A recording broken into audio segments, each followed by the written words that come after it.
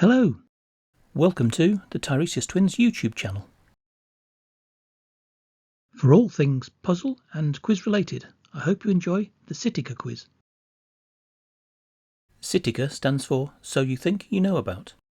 The quizzes will cover one of 10 categories, and each quiz will be on a specific topic within that category.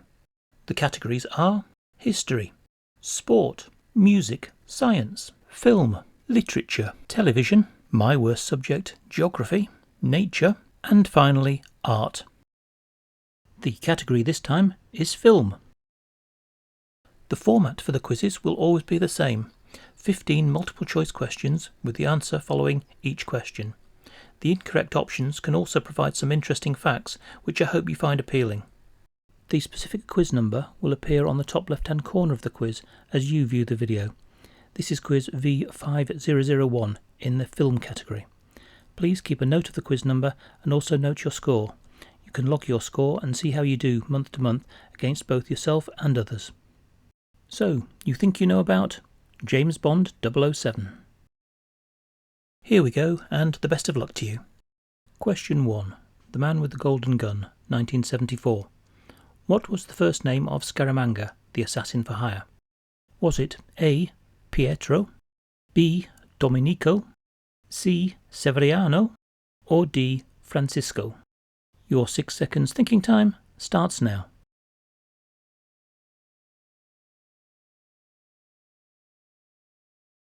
And the answer is D. Francisco Scaramanga. Christopher Lee, who played Francisco Scaramanga in the film, was the real-life step-cousin of Ian Fleming. Scaramanga's backstory in the film is that he grew up in a travelling circus. His Cuban father was a ringmaster and his mother a snake charmer. By the age of 10, Scaramanga was performing in the circus as a trick-shot marksman. Although no photographs exist of Francisco, it is known that he possesses an unusual anatomical feature, a third nipple. Question 2. Spectre 2015. What was the birth name of Ernst Stavro Blofeld, played by Christopher Waltz? Was it A. Julian Wall, B. Carl Schneider, C. Balthazar de Beauchamp, or D. Franz Oberhauser? Your 6 seconds thinking time starts now.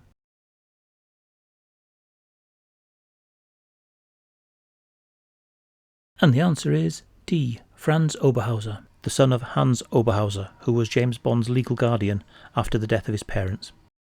Count Balthazar de Beauchamp is the title Blofeld is claiming in On Her Majesty's Secret Service. Julian Wall, played by Carl Morden, was the adversary of Matt Helm, played by Dean Martin, in the spoof James Bond films. Another set of spoof James Bond films introduced Dr. Schneider as the chief antagonist of Flint, played by James Coburn in Our Man Flint. Question 3. Dr. No, 1962. What was the name of the station chief of MI6 for Jamaica, originally killed by the blind men, bringing Bond to Jamaica to investigate? Was he A. Professor R.J. Dent, B. John Strangways, C. Major Boothroyd, or D. Terence Young? Your 6 seconds thinking time starts now.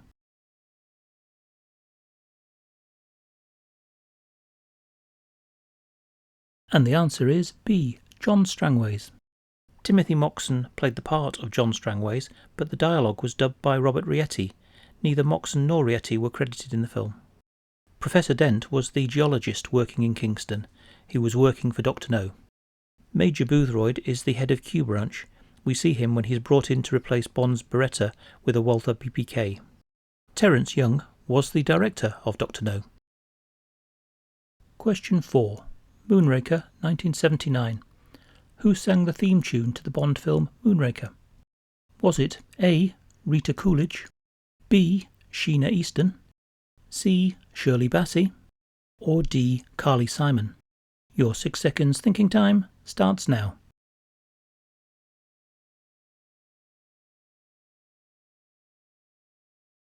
And the answer is, of course, C. Shirley Bassey. Shirley Bassey had hits with 3 James Bond theme tunes: Goldfinger in 1964, Diamonds Are Forever in 1971, and of course Moonraker in 1979.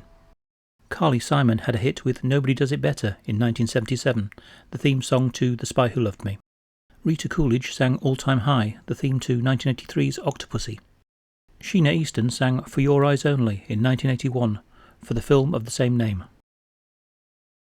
Question 5. License to Kill, 1989. American actor Robert Davi, known for many great roles including Jake Fratelli in The Goonies, 1985, and FBI Special Agent Johnson in Die Hard, 1988, was the chief antagonist in License to Kill, but what was his character's name? Was it A. Franz Sanchez, B. Milton Crest, C. Ed Kilifer, or D. Truman Lodge? Your 6 seconds thinking time starts now.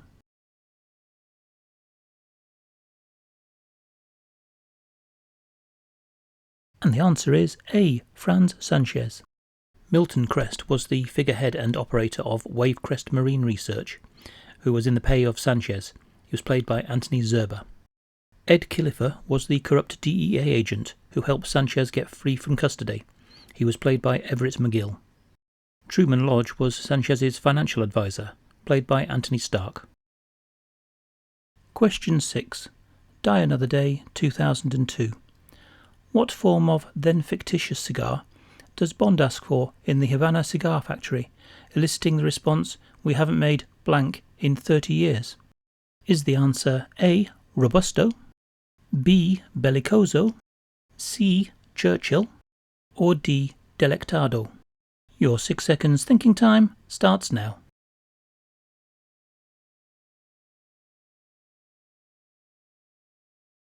And the answer is D. Delectado. Question 7. Moving away from the broccoli-controlled Bond with the Thunderball-based revamp Never Say Never Again in 1983. What was the character's name, played by Alec McCowan, working in the quartermaster's store and who furnishes Bond with the fountain pen? Was he A. Algernon, B. Ambrose, C. Nigel, or D. Lippy? Your 6 seconds thinking time starts now.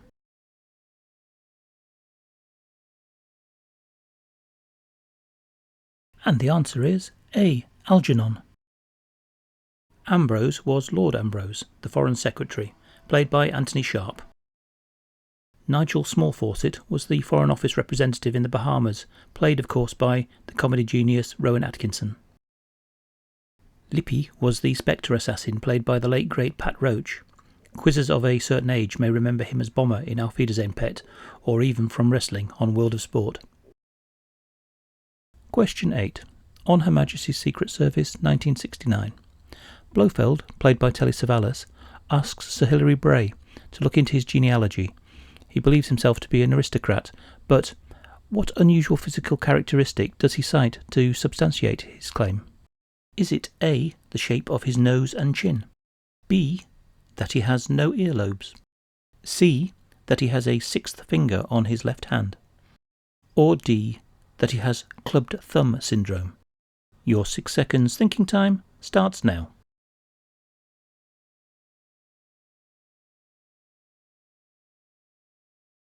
And the answer is B. He has no earlobes, a trait he claims shows his lineage within the de Blerchamp dynasty. Club thumb syndrome, or brachydactyly type D, is a genetic trait affecting approximately 2% of the population. Question 9. Skyfall 2012. What was the name of the character Bond meets at the casino in Macau? Silver, played by Javier Bardem, later shoots her in a William Tell-style competition with Bond. Was she A. Solitaire, B. Severine, C. Naomi, or D. Paris? Your 6 seconds thinking time starts now.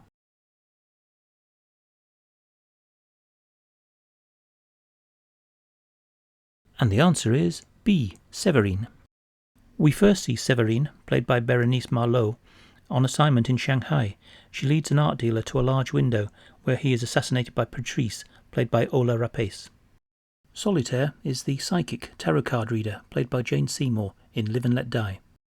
Naomi is the helicopter pilot for shipping magnate Carl Stromberg and is played by Caroline Munro in The Spy Who Loved Me. Paris Carver, played by Terry Hatcher, is the wife of Elliot Carver, chief antagonist in Tomorrow Never Dies. Question 10. GoldenEye 1995. Boris, played by Alan Cumming, declared, "I am invincible," but what was the character's surname? Was it A. Simonova, B. Zukovsky, C. Grishenko, or D. Onatop? Your 6 seconds thinking time starts now.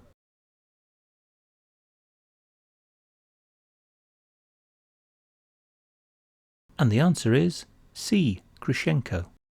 Boris Grishenko was a computer technician and gifted hacker at Severnaya.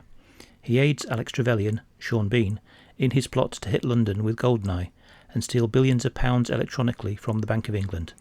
Famously, he is frozen solid by liquid nitrogen, proving he was not invincible. Natalia Simonova was the Level 2 programmer for the guidance system at the Severnaya Satellite Control Center. She goes on to help Bond and is played by actress and singer Isabella Skorupko. Valentin Zukovsky was the Russian mafia boss who runs a casino, bar and caviar factory. He was played by Robbie Coltrane. The character also appears in 1999's The World Is Not Enough. Xenia Onatop was the assassin who crushes and asphyxiates her victims between her thighs.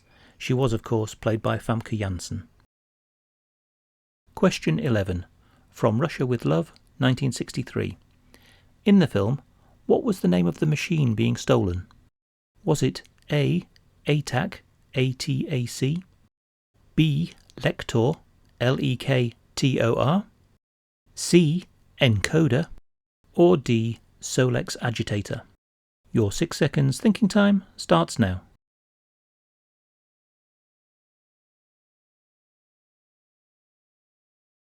And the answer is B. Lektor, although it is Spector in the book. The Lektor was a cipher device, encrypting Soviet communications, similar to the Nazis' Enigma machine. The ATAC system, Automatic Targeting Attack Communicator, was the system stolen in For Your Eyes Only. The misaligned encoder was used to push ships off course through altering their GPS systems in Tomorrow Never Dies. The Solex Agitator was a component that formed part of a complex device that was able to harness solar energy, thus ending the energy crisis, in The Man with the Golden Gun. Question 12. Live and Let Die, 1973. At the crocodile farm, T.H. Johnson, Kananga's primary henchman, played by Julius W. Harris, tells Bond how he lost his arm. He points out the crocodile concerned, but what name was given to the crocodile? Was it A. Big Frank, B. Sly Maurice, C. Old Albert, or D. King Arthur? Your 6 seconds thinking time starts now.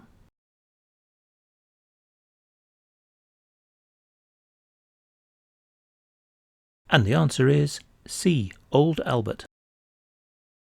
Question 13. The Living Daylights, 1987. What was the name of the cello that was played by the character Kara Milovy and was given to her by Georgy Koskov in The Living Daylights? Was it A. the Duport, B. the Lady Rose, C. the Paganini, or D. the General Kidd? Your 6 seconds thinking time starts now.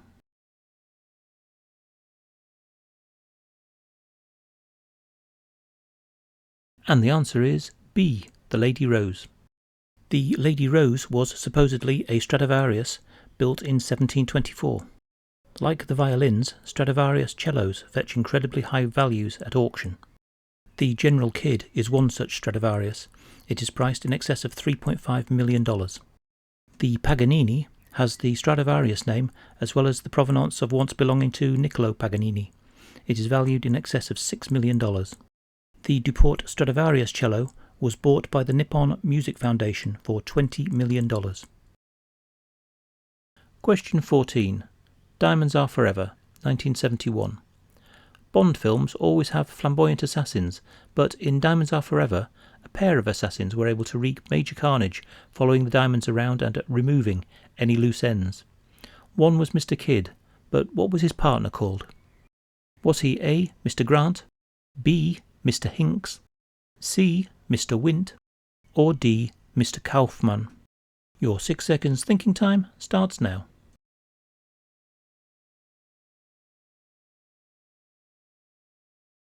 And the answer is C, Mr. Wint, played by Bruce Glover.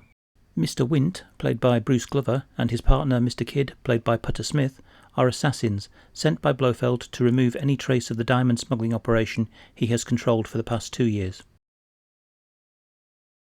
Mr. Grant is Donald Red Grant, the chief assassin in From Russia with Love, played by Robert Shaw.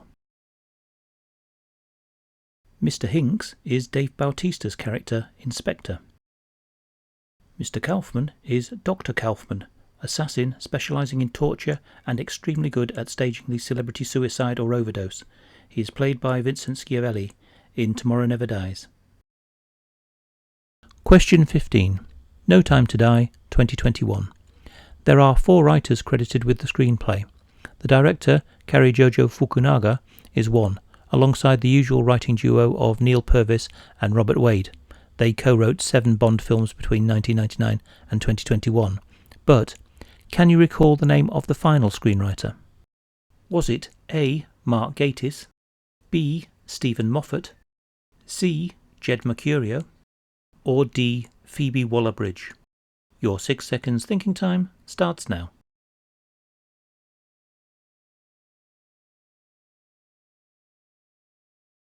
And the answer is D. Phoebe Waller-Bridge.